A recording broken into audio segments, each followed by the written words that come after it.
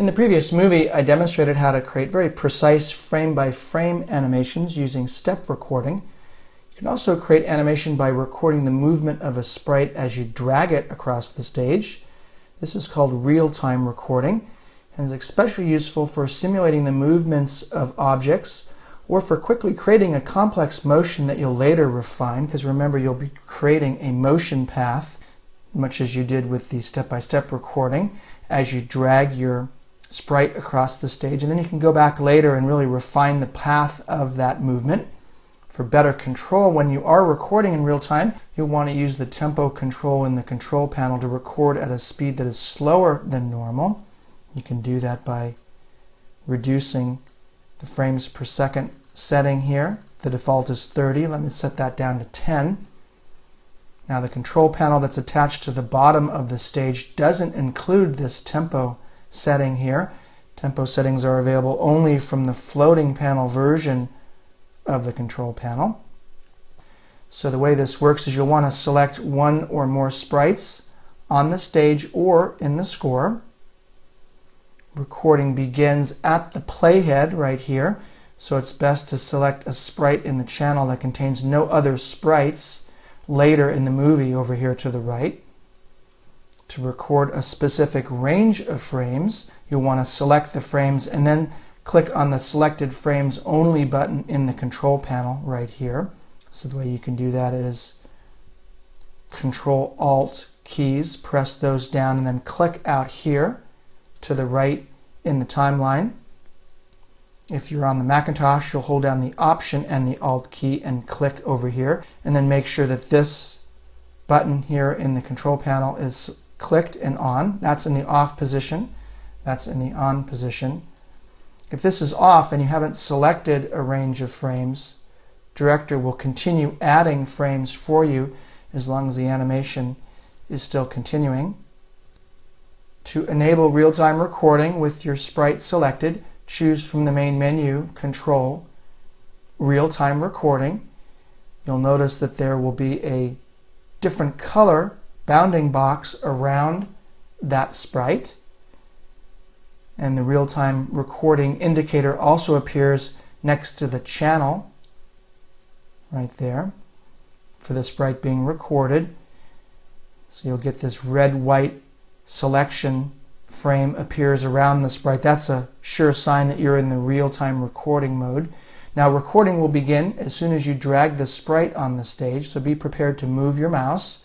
What I'll do is I'll drag the sprite on the stage to record a path for the sprite, and Director will record that path pretty accurately too.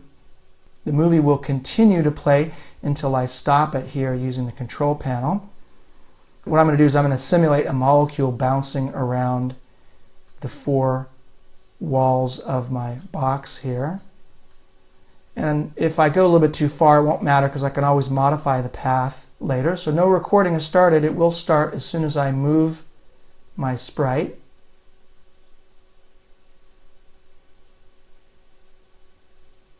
And the faster I move the sprite, the faster the animation will appear.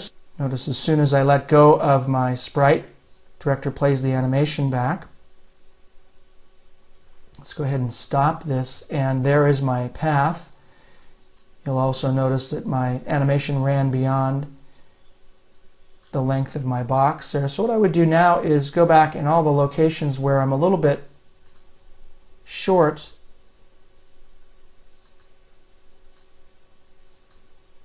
of the edge of the box there.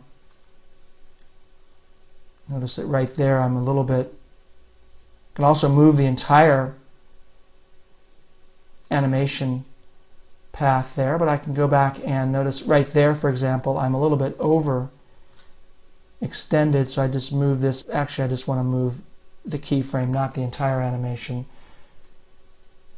But that's what I meant earlier when I mentioned that you can go back and refine the path after you've animated it. Somewhere in there I'm a little bit short. Something like that, but you get the idea.